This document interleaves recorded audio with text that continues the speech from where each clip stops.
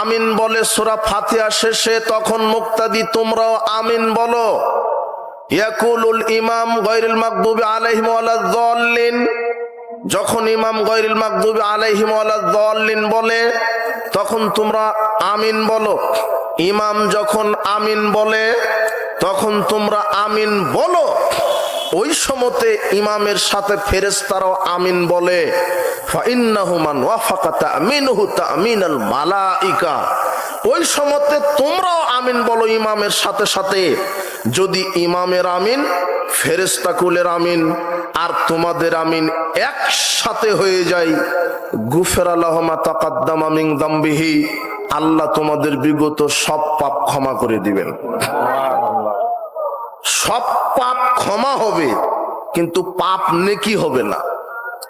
নবী করিম সাল্লাল্লাহু আলাইহি ওয়াসাল্লাম বলছেন, ইয়াকুলুল ইমাম সামি আল্লাহু লিমান হামিদা, ইমাম যখন সামি আল্লাহু লিমান হামিদা বলবে, ফাকুলু রব্বানা লাকাল হামদ হামদান কাসীরান তাইয়িবান মুবারাকান ফি, তোমরা এই দোয়াটা বলো।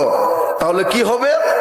ইমাম সামি আল্লাহু লিমান হামিদা বলার পরে তারপরে যদি তোমরা রব্বানা ওয়া লাকাল হামদ এটা বলো, গুফিরা লাহু মা তাকাদ্দামা মিন যামবিহি, তাহলে তোমাদের বিগত সব পাপ আল্লাহ ক্ষমা করে দিবেন। কিন্তু পাপ কি হবে না? নেকি হবে না। জোরে আমিন বললে সব পাপ ক্ষমা হবে, পাপ নেকি হবে না। রব্বানা লাকাল হামদ হামদান কাসীরান তাইয়িবান মুবারাকান ফি, এটা বললে বিগত সব পাপ ক্ষমা হবে, পাপ নেকি হবে না। এরপরে নবী করিম সাল্লাল্লাহু আলাইহি ওয়াসাল্লাম বলছেন, মান সামা রমাদান ঈমানান ওয়া ইহতিসাবান গুফিরা লাহু মা তাকাদ্দামা মিন যামবিহি, যে ব্যক্তি রমাদানে নেকি নিয়ে, নেকির আশায় ঈমান নিয়ে 30টা সিয়াম, রমাদানের ফরজ সিয়াম পালন করবে, আল্লাহ তার বিগত সব পাপ ক্ষমা করে দেন। কিন্তু পাপ কি হয় না। এরপরে আল্লাহর নবী বলছেন, যে ব্যক্তি রমাদানে কিয়ামুল লাইল আদায় করবে ঈমানের সাথে নেকির আশায়, তারাবির সালাত যে ব্যক্তি আদায় করবে তার সব বিগত পাপ ক্ষমা করা হবে, পাপ নেকি হবে না। এরপরে তিনি বলছেন, যে ব্যক্তি রমাদানে ঈমান নিয়ে নেকির আশায় কি করবে, মান কামা ঈমানান ওয়া ইহতিসাবান গুফিরা লাহু মা তাকাদ্দামা মিন যামবিহি, কেউ যদি রমাদানে তারাবির সালাত আদায় করে তাহলে বিগত সব পাপ আল্লাহ ক্ষমা করে দেন, কিন্তু নেকি হয় না। সব পাপ কি হয় না? সব পাপ ক্ষমা হয়, কিন্তু পাপ কি হয় না? নেকি হয় না। জোরে আমিন বললে পাপ ক্ষমা হয়, পাপ নেকি হয় না। রব্বানা লাকাল হামদ বললে পাপ ক্ষমা হয়, পাপ নেকি হয় না। রমাদানের 30টা সিয়াম রাখলে পাপ ক্ষমা হয়, পাপ নেকি হয় না। তারাবির সালাত আদায় করলে পাপ ক্ষমা হয়, পাপ নেকি হয় না। কিন্তু আপনি আজকে যেই জায়গাতে বসেছেন, আল্লাহ বলছেন এই জায়গাতে কেউ যদি বসে কোরআন হাদিসের আলোচনা করে, শ্রবণ করে, তাহলে আমি আল্লাহ তাদের পাপ শুধু ক্ষমা করি না, বিগত সব পাপকে নেকি করে দিই। এটাই বুঝাতে গিয়ে এতটুকুন আমি আপনাকে টানলাম।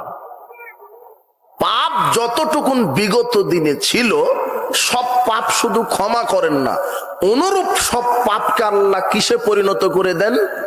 নেকিতে। এই জায়গাতে আপনি বসে আছেন।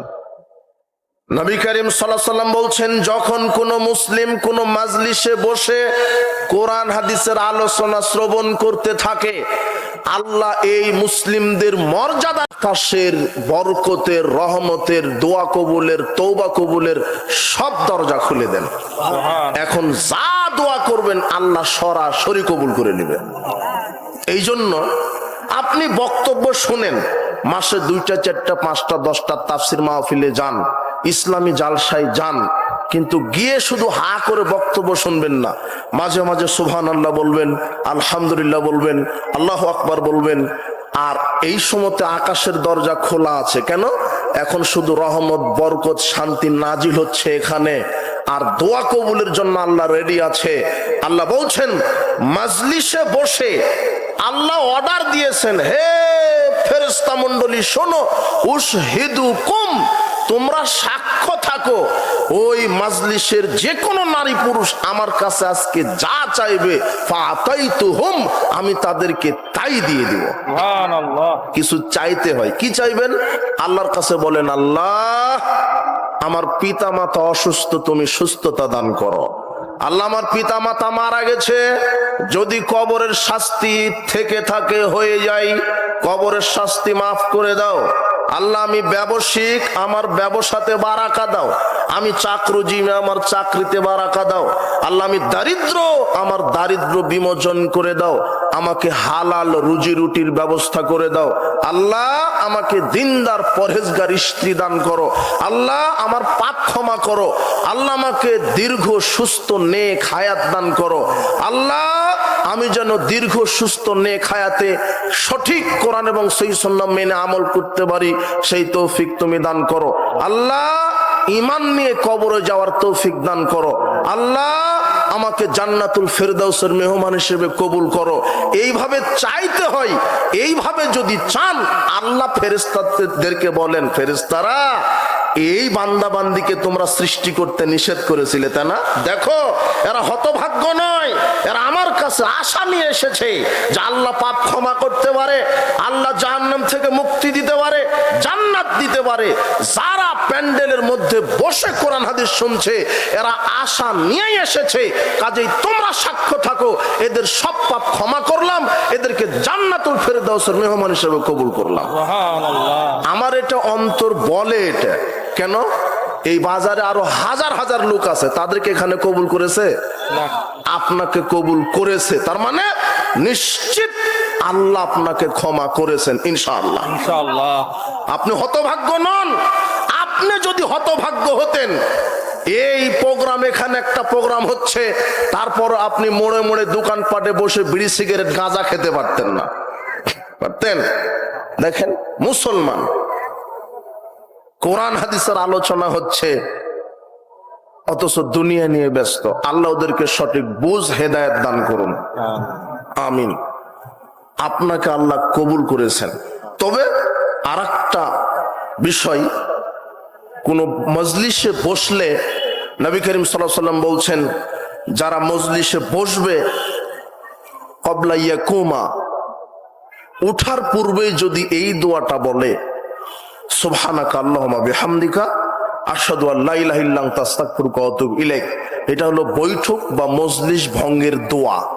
নবী করিম সাল্লাল্লাহু আলাইহি সাল্লাম যখন কোনো বৈঠক, কোনো জালসা, কোনো অনুষ্ঠান শেষ করতেন, তখন এই দোয়াটা পাঠের মাধ্যমে শেষ করতেন।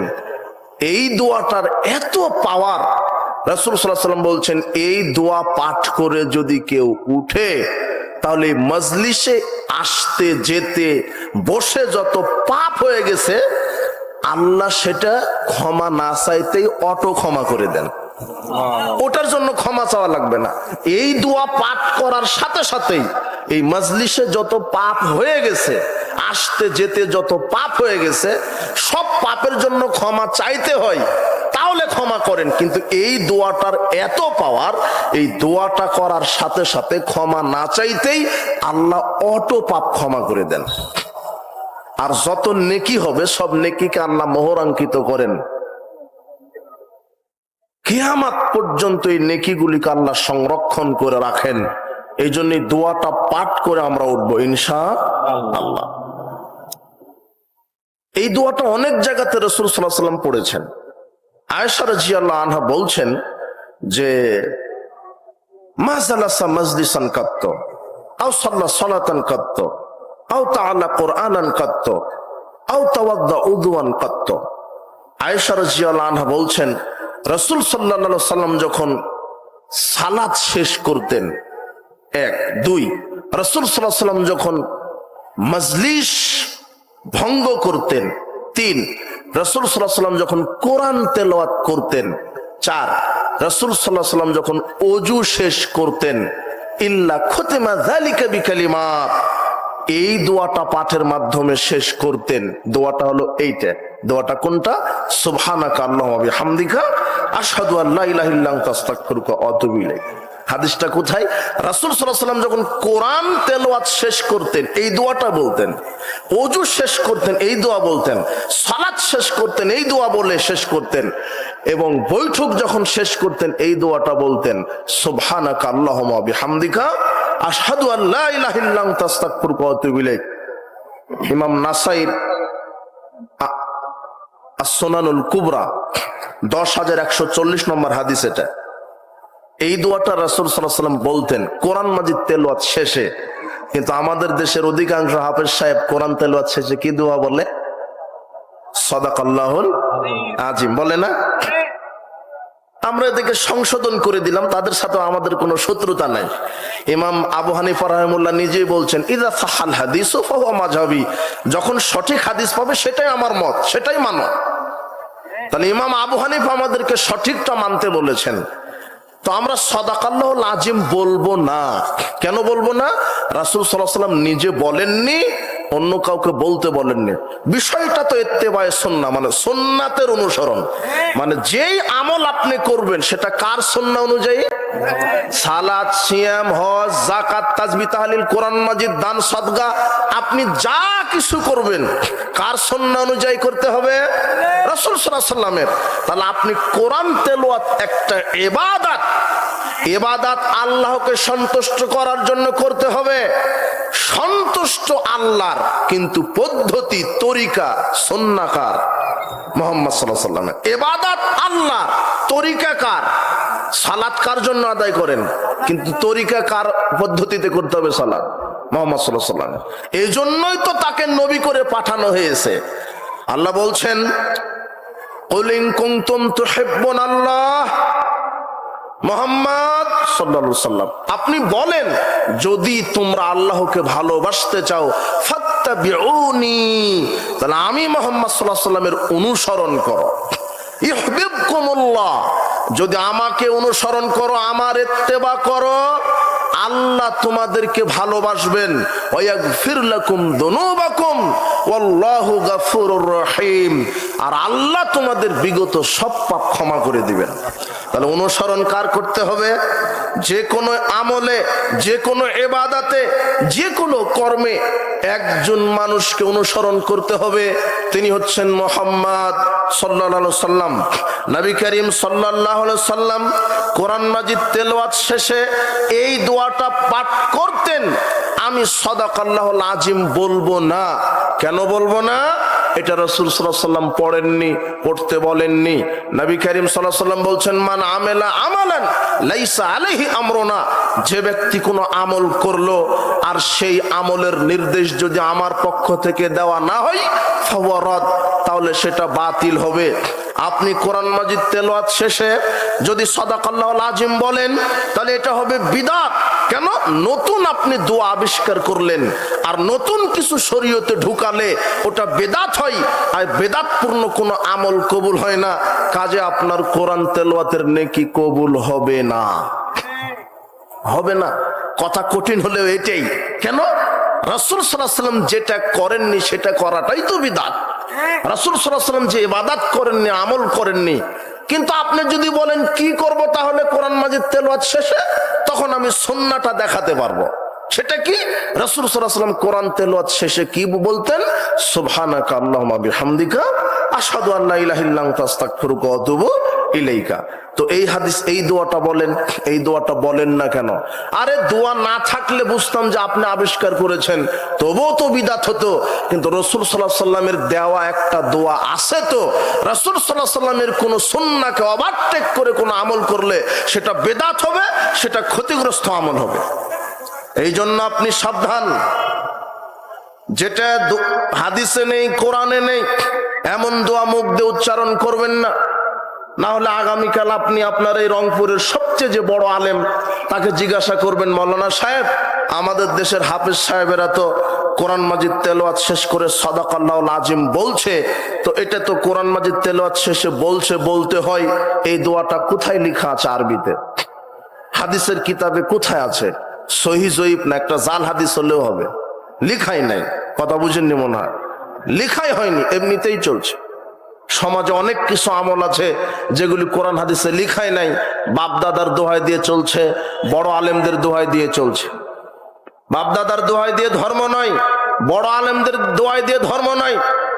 বড় আলেম তো বহু দূরের কথা ভাই, বড় ইমাম, খতিব, ফকি, মুহাদ্দিস, পীর, বুজুর্গ, ওলি, আউলিয়া, গাউস, কুতুব বহু দূরের কথা।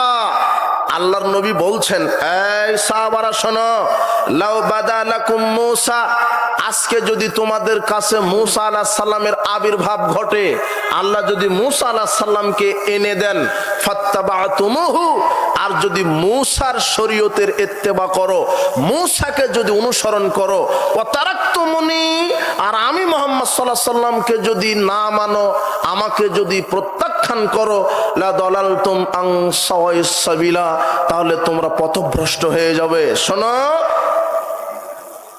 মূসা আলাইহিস সালাম আদরাকা নবুওয়াতি, মূসা আলাইহিস সালাম যদি এখন আসে আর আমার যদি নবুয়ত পায়, লাত্তাবাআনি, তাহলে মূসাকেও আমার ইত্তেবা করতে হবে। মুহাম্মদ সাল্লাল্লাহু আলাইহি সাল্লাম বলছেন যে আমার শরীয়ত থাকতে যদি তোমরা অন্য কোন নবীর তরিকা শরীয়ত মানো, তবুও পথভ্রষ্ট হবে। যেখানে মুহাম্মদ সাল্লাল্লাহু আলাইহি সাল্লামের সুন্নাহ থাকা অবস্থায়, মুহাম্মদ সাল্লাল্লাহু আলাইহি সাল্লামের হেদায়েত থাকা অবস্থায়, যেখানে মুহাম্মদ সাল্লাল্লাহু আলাইহি সাল্লামের পক্ষ থেকে আমল থাকা অবস্থায়, যেখানে মুহাম্মদ সাল্লাল্লাহু আলাইহি সাল্লামের সুন্নাহ থাকা অবস্থায় অন্য কোন নবীর তরিকা টিকে না, সেখানে আপনার পীর, বুজুর্গ, আলেমদের তরিকা কি করে টিকতে পারে? মাযহাবের দোহাই দিয়ে শরীয়ত কি করে টিকতে পারে? খানকা, মাজার, ওরসের দোহাই দিয়ে শরীয়ত কি করে টিকতে পারে? শরীয়ত একজন মানুষের কথাতে টিকবে, তার নাম হচ্ছে মুহাম্মদ সাল্লাল্লাহু আলাইহি সাল্লাম। কারো নিকট থেকে শরীয়ত ধার করা লাগবে না। আল্লাহ সুবহানাহু ওয়া তাআলা বলছেন, ওয়া মান ইউশাকিকির রাসূলা মিন বাদি মা তাবায়্যানা লাহুল হুদা ওয়া ইয়াত্তাবি গায়রা সাবিলিল মুমিনিন নুওয়াল্লিহি মা তাওয়াল্লা ওয়া নুসলিহি জাহান্নাম ওয়া সাআত মাসীরা। প্রকাশ্য হেদায়েত, রাসূলের প্রকাশ্য হেদায়েত আসার পরেও যারা রাসূলের বিরুদ্ধাচরণ করবে, সাহাবায়ে কেরামের নীতির উল্টা যারা চলবে, আমি আল্লাহ তাদেরকে সেদিকেই ফিরাবো যেদিকে তারা ফিরতে চাই। অবশেষে রাসূলের সুন্নাহ অনুযায়ী আমল না করার কারণে আমি আল্লাহ তাদেরকে বিচার মাঠে জাহান্নামে আসার দিব। এই কথা আল্লাহ বলছেন। তাহলে আপনি যদি আমল করেন, রাসূলের সুন্নাহ অনুযায়ী যদি না হয়, তাহলে ওই আমল করার পর আপনাকে জাহান্নামে যেতে হবে। এই জন্য রাসূলের সুন্নাহ অনুযায়ী আপনাকে আমল করতে হবে, রাসূলের সুন্নাহর অনুসরণ আপনাকে করতে হবে। নবী করিম সাল্লাল্লাহু আলাইহি ওয়াসাল্লাম যে আমল দেননি, সেই আমল আপনার করার কোনো অধিকার নাই। আল্লাহ বলছেন, ওমা কানা লিমুমিনি ওয়ালা মুমিনাতিন ইযা কাদাল্লাহু ওয়া রাসূলুহু আমরান আইয়াকুনা লাহুমুল খিয়ারাতু মিন আমরিহিম। আল্লাহ এবং তোর রাসূল যেই নির্দেশ দিয়েছে, যে আমল করতে বলেছে, যেই শরীয়ত, যেই তরিকা দিয়েছে, এটা বাদ দিয়ে যদি মানুষ নিজেদের মতো করে শরীয়ত, নিজেদের মতো করে শরীয়ত তৈরি করে নেয়, যদি আল্লাহ এবং তোর রাসূলের নাফরমানি করে, তাহলে সে পথভ্রষ্ট হবে। এই কথা আল্লাহ বলে দিচ্ছেন। এই জন্য আমল, আকীদা, ঈমানে সব ক্ষেত্রে রাসূল সাল্লাল্লাহু আলাইহি ওয়াসাল্লাম, সালাফগণের নীতি আদর্শ আমাকে মেনে চলতে হবে। উপস্থিত বৈঠকের মুসলিম দিনী ভাই বোন, বলছিলাম ইত্তেবায়ে সুন্নাহ, সুন্নাতের অনুসরণ। আপনি যে আমলই করেন, সালাত, সিয়াম, হজ, যাকাত, তাসবিহ, তাহলিল, সব ক্ষেত্রে রাসূলের সুন্নাহ আছে। আপনার মানুষের তৈরি করা কোনো মতবাদ, কোনো ইজাম, কোনো খানকা, মাজার, ওলি, আউলিয়া, গাউস, কুতুব থেকে শরীয়ত নিতে হবে না। আপনার এমন কোনো আমল নাই যে আমলটা করবেন সেখানে রাসূল সাল্লাল্লাহু আলাইহি ওয়াসাল্লাম শরীয়ত বলে দেননি। আয়েশা রাদিয়াল্লাহু আনহা বলছেন যে রাসূল সাল্লাল্লাহু আলাইহি ওয়াসাল্লাম যখন কোরআন তেলাওয়াত শেষ করতেন, তখন সুবহানাকা আল্লাহুম্মা ওয়া বিহামদিকা আশহাদু আল্লা ইলাহা ইল্লা আনতা আস্তাগফিরুকা ওয়া আতুবু ইলাইকা, এই দোয়াটা বলতেন। যখন তিনি ওযু শেষ করতেন, তখন এই দোয়াটা বলতেন। হ্যাঁ, অজু শেষের আরো দোয়া আছে। আল্লাহর নবী বলছেন, মান তাওয়াজ্জা ফাহসানাল উদুয়া, যে ব্যক্তি অজু করলো, সুন্দর করে অজু করলো, সুম্মা ইয়াকুল, এরপরে বলল, আশহাদু আল্লা ইলাহা ইল্লাল্লাহু ওয়াহদাহু লা শারীকা লাহু আশহাদু আন্না মুহাম্মাদান আবদুহু ওয়া রাসূলুহু, এটা অজু শেষের দোয়া। আল্লাহর নবী বলছেন, ফুতিহাত লাহু আবওয়াবিল জান্নাতি তামানিয়া, যে ব্যক্তি অজু শেষে এই দোয়াটা পাঠ করবে, আল্লাহ তার জন্য জান্নাতের 8টি দরজা খুলে দিবেন। ইয়াদখুলু মিন আইহাশা, সে যে কোনো দরজা দিয়ে প্রবেশ করতে পারবে জান্নাতে। তাহলে অজু শেষে এটাও বলা যায়। তবে রাসূল সাল্লাল্লাহু আলাইহি ওয়াসাল্লাম যখন অজু করতেন, অজু শেষ করে এই দোয়াটা পড়তেন, পড়ার পরে যখন তিনি উঠবেন, উঠার পূর্বে তিনি এই দোয়াটা পড়তেন। কোনটা? ওই যে সুবহানাকা আল্লাহুম্মা বিহামদিকা আশহাদু আল্লা ইলাহা ইল্লা আনতা আস্তাগফিরুকা ওয়া আতুবু ইলাইক, এটাও অজু শেষের দোয়া। এরপরে সালাত শেষ করে তিনি এই দোয়া বলতেন। তার মানে সালাত শেষ করে তিনি অনেক দোয়া বলতেন। তিনি সালাম ফেরানোর পরে বলতেন, আল্লাহু আকবার, আস্তাগফিরুল্লাহ আস্তাগফিরুল্লাহ আস্তাগফিরুল্লাহ, আল্লাহুম্মা আনতাস সালাম ওয়া মিনকাস সালাম তাবারাকতা ইয়া যাল জালালি ওয়াল ইকরাম, এভাবে বলতেন তিনি। এরপরে বলতেন, তোমরা সালাতের পরে সুবহানাল্লাহ 33 বার বলো, আলহামদুলিল্লাহ 33 বার বলো, আল্লাহু আকবার 34 বার বলো। একজন ভিক্ষুক দরিদ্র মানুষ এসে বলছেন, আল্লাহর নবী, আমি তো দরিদ্র মানুষ, আমি ধনী মানুষের মতো অত ইবাদত করতে পারি না।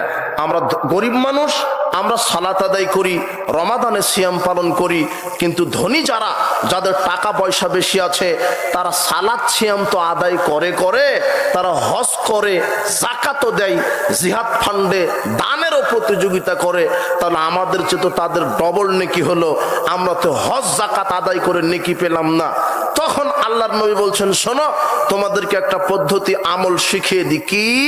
তোমরা প্রত্যেক ফরজ সালাতের পরে সুবহানাল্লাহ 10 বার, আলহামদুলিল্লাহ 10 বার, আর আল্লাহু আকবার 10 বার বলবে। এই 3টা তাসবিহ 30 বার যদি বলতে পারো, আল্লাহ তোমাদেরকে কবুল হজের নেকি লিখে দিবেন। হাদিস বুখারী 843 নম্বর হাদিস। 33 বার করে বললেও একই সব, 10 বার করে বললেও হবে। আপনি বলেন, আল্লাহ নবী বলছেন, কেউ যদি 33, 33, 34 সুবহানাল্লাহ আলহামদুলিল্লাহ লা ইলাহা ইল্লাল্লাহ বলে, তাহলে আল্লাহ তার পাপকে ওইভাবে ক্ষমা করবেন, তার পাপ যদি সমুদ্রের ফেনা তুল্য হয়ে থাকে। কত আমল, কত নেকি নেওয়ার মাধ্যম, কত আমল। ফরজ সালাতের পরে নবী করিম সাল্লাল্লাহু আলাইহি ওয়াসাল্লাম কত আমল তার উম্মতকে শিখিয়ে দিয়েছে। এরপর আল্লাহ নবী বলছেন, মান কারা দুবরা কুল্লি সালাতিন, যে ব্যক্তি প্রত্যেক ফরজ সালাতের পরে আয়াতুল কুরসি পাঠ করবে, লাম ইয়ামনাহু মিন দুখুলিল জান্নাতিল মাউত, যে ব্যক্তির এই আমলটা থাকবে। কি আমল? প্রত্যেক ফরজ সালাতের সালাম ফেরানোর পরেই যদি আয়াতুল কুরসি পাঠ করা থাকে, যেই ব্যক্তির এই আমলটা থাকবে, এই ব্যক্তিটা জান্নাতে ঢুকতে পারছে না কেন? তার বাধা হয়ে দাঁড়িয়েছে মৃত্যু। এই লোকটা মৃত্যুবরণ করার সাথে সাথে আল্লাহ তাকে জান্নাতে ঢুকিয়ে দিবেন। এটা আল্লাহর রাসূলের শিখানো আমল। আপনি এই আমল করেন। তিনি বলছেন, নবী করিম সাল্লাল্লাহু আলাইহি ওয়াসাল্লাম বলছেন, প্রত্যেক ফরজ সালাতের পরে একবার ইখলাস পড়ো, একবার ফালাক পড়ো, একবার নাস পড়ো। এরপরে তিনি বলছেন, মাগরিব এবং ফজর সকাল সন্ধ্যায় ইখলাস ফালাক নাস 3 বার করে পড়ো। এরপরে তিনি বলছেন, যখন ঘুমাতে যাবে তখন কি করবা? 2 হাত একত্রে করো, ইখলাস ফালাক নাস একবার করে পড়ে ফু দাও, ফু দিয়ে সমস্ত শরীর মাসাহ করো ঘুমানোর পূর্বেই। তাকফিকা মিন কুল্লি শাই, তাহলে পৃথিবীতে যত বালা মুসিবত আছে, আল্লাহ তোমাকে সব বালা মুসিবত থেকে হেফাজত করবেন। নবী করিম সাল্লাল্লাহু আলাইহি ওয়াসাল্লামের শিখানো সুন্নাতে আমল আপনাকে করতে হবে। কিন্তু এদেশের অধিকাংশ মানুষ সুন্নাতে আমলকে ভালো লাগে না, শুধু বাপ দাদার দোহাই দিয়ে বেদাতকে টিকিয়ে রেখেছে এক শ্রেণীর মানুষ। তার একটা দৃষ্টান্ত, ফরজ সালাতের পরে সম্মিলিত মোনাজাত, এটা যে এত ঘৃণিত বেদাত, তবুও টিকে আছে জোর করে, দলীয় দাপটে, সংখ্যাগরিষ্ঠতার দাপট দিয়ে, আপনার শক্তির দাপট দিয়ে, আপনার সংখ্যাগরিষ্ঠতা প্রশাসনের দাপট দিয়ে বেদাতকে কায়েম করা হয়েছে। সারা পৃথিবীর সব আলেম ওলামা যদি বলে যে ফরজ সালাতের পরে সম্মিলিত মোনাজাত করতে হবে, তবুও বেদাত হবে কেন? মুহাম্মদ সাল্লাল্লাহু আলাইহি ওয়াসাল্লাম করেননি। মুহাম্মদ সাল্লাল্লাহু আলাইহি ওয়াসাল্লাম করেননি। যে করলে দেখান তিনি কি করেছেন ফরজ সালাতের পরে। এতগুলি আমল শিখিয়ে দিলেন, আপনার পেট ভরলো না, তবু ওটা করতে হবে কেন? তার মানে আপনি গোঁড়ামি দেখাচ্ছেন, জেদ দেখাচ্ছেন, অহংকার দেখাচ্ছেন। জেদ দিয়ে, হঠকারিতা দিয়ে, গোঁড়ামি দিয়ে ইসলাম টিকে না।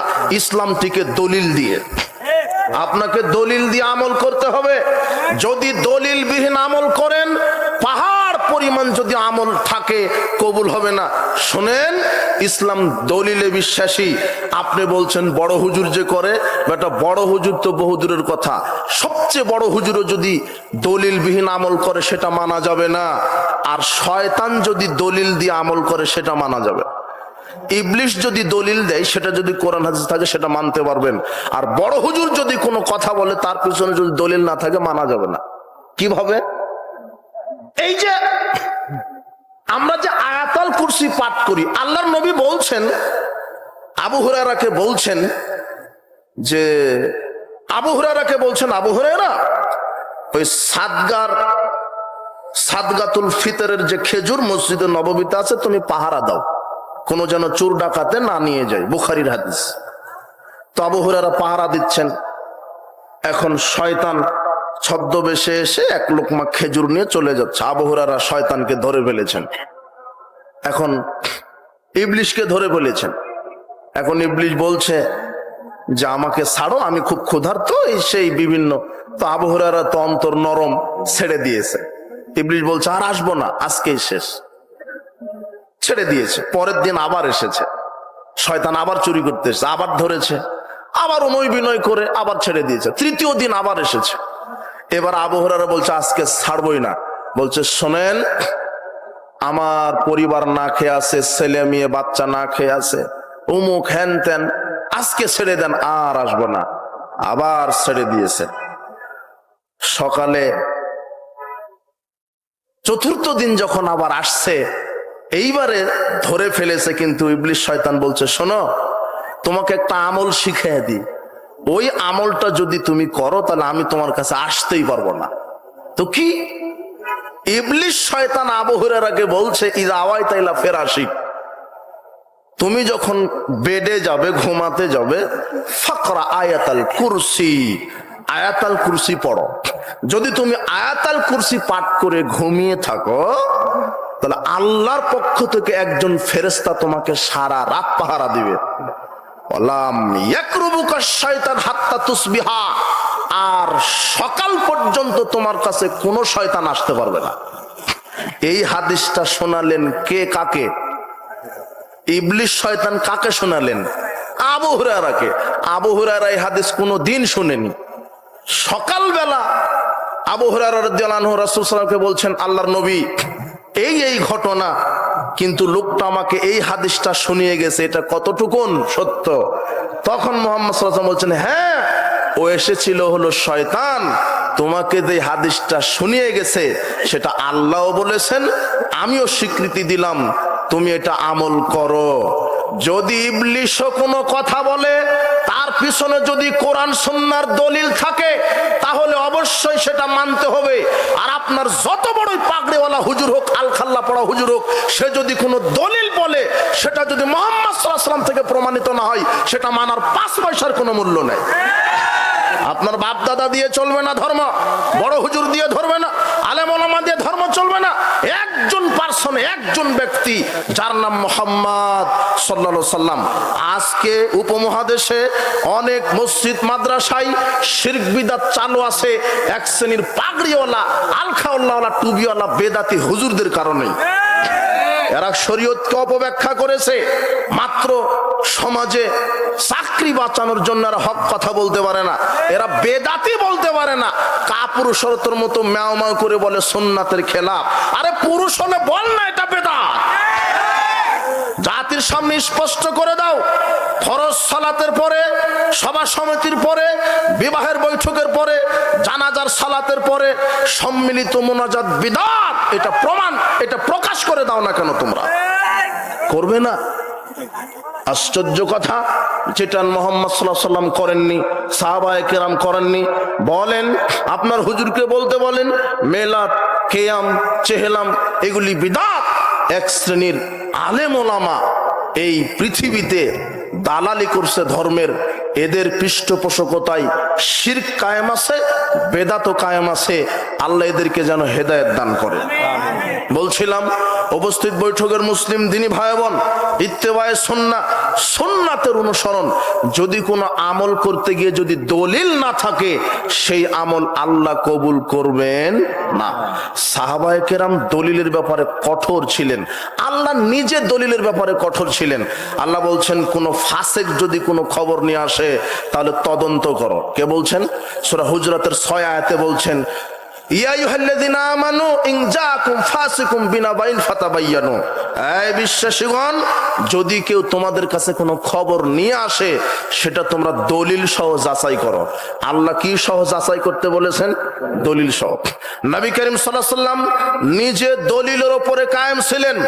তিনি নিজেও একটা আমল করবেন, তিনি শরীয়তের কাছে জিম্মি ছিলেন, তিনি আল্লাহর বিধানের কাছে জিম্মি ছিলেন। নিজের থেকে কোনো আমল করতে পারেননি, নিজের থেকে কোনো ফতোয়া তিনি দিতে পারেননি যতক্ষণ না কার নিকট থেকে না আসছে। আর এই কথা আল্লাহ বলছেন, আল্লাহ বলছেন ওয়ামা ইয়ানতিকু আনিল হাওয়া ইন হুয়া ইল্লা ওয়াহয়ুহা। আমার নবী নিজের থেকে কোনো কথা বলেন না, তিনি যা বলেন সব আমার পক্ষ থেকে করা ওহী। সুবহানাল্লাহ। যিনি জীবনে একটাবার মিথ্যা কথা বলেননি, আকাশের নিচে জমিনের উপরে সবচেয়ে তাকওয়াশীল পরহেজগার মানুষ, ভদ্র নম্র মানুষ, সবচেয়ে দিনদার তাকওয়াশীল পরহেজগার মানুষ, যার নাম মুহাম্মদ সাল্লাল্লাহু আলাইহি ওয়াসাল্লাম। এই ব্যক্তি নিজের থেকে একদিনও একটা কথা বাক্য কোনোদিন বলেননি। আল্লাহ বরং আরো হুমকি দিয়েছে আমাদের নবীকে। আল্লাহ বলছেন ওয়ালাউ তাকাওয়ালা আলাইনা বা'দাল আকাবিল।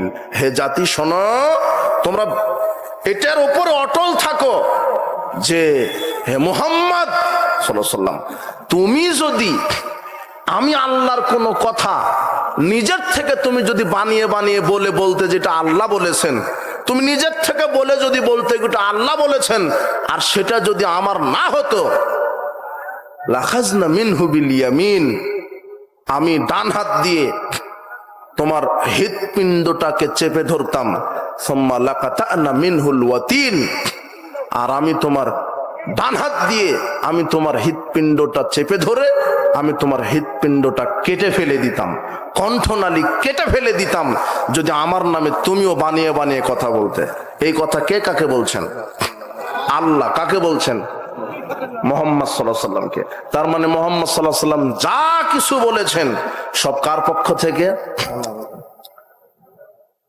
এক শ্রেণীর ফিতনাবাজ, অনেক ফিতনাবাজ ভ্রান্ত তরিকা দল বের হয়েছে, তার একটা নব্য টাটকা ফিতনাবাজ হচ্ছে আহলে কোরআন। আহলে কোরআন এরা বলছে যে শুধু কোরআন মানতে হবে, হাদিস মানা যাবে না। কেন? হাদিস আসছে বহু পরে, হাদিস মানুষের বানানো, শুধু কোরআন মানতে হবে। আপনাকে এই আকীদায় বিশ্বাসী হতে হবে যারা বলে শুধু কোরআন মানলেই যথেষ্ট হবে, কোরআনে যেটা পাবো সেটা মানবো, হাদিস মানার দরকার নেই। এরা টাটকা কাফের। এদেরকে যারা কাফের মনে করবে না তারাও কাফের। কথা বুঝেছেন? এরা ফিতনাবাজ। এরা বলছে শুধু কোরআন মানলে হবে। মুহাম্মদ সাল্লাল্লাহু আলাইহি সাল্লাম 1450 বছর পূর্বেই এই আহলে কোরআনদের ব্যাপারে সতর্ক করে গেছেন। আপনি আবু দাউদ খুলেন, 4604 নম্বর হাদিস, রাসূল বলছেন শোনো, আলা ইন্নী উতিতুল কিতাব ওয়া মিসলাহু মাহু। যারা বলে যে শুধু কোরআন মানলে হবে না, আল্লাহ আমাকে কোরআন দিয়েছে, কোরআনের সাথে অনুরূপ আরেকটা কিতাবও দিয়েছে। বলেন সুবহানাল্লাহ। কোরআনের সাথে অনুরূপ কিতাব কি? হাদিস। এরপরে তিনি স্পষ্ট করে দিলেন, আলা, মনে রেখো, শাবআনু রাজুলুন শাবআনু আলা আরিকাতিহি। এক শ্রেণীর প্রাচুর্যবান মানুষেরা শেষ জামানায় তার সিংহাসনে বসে বলবে, আলাইকুম বিহাদাল কোরআন, তোমাদের জন্য শুধু কোরআন মেনে নেওয়া যথেষ্ট হবে। ফাওয়াজাতুহুম ফি হালালিন ফাহিল্লুহু, কোরআনে যতটুক হালাল পাবে অতটুকুন মানবে। ফামাওয়াজাতুহুম মিন হারামিন ফাহাররিমুহু।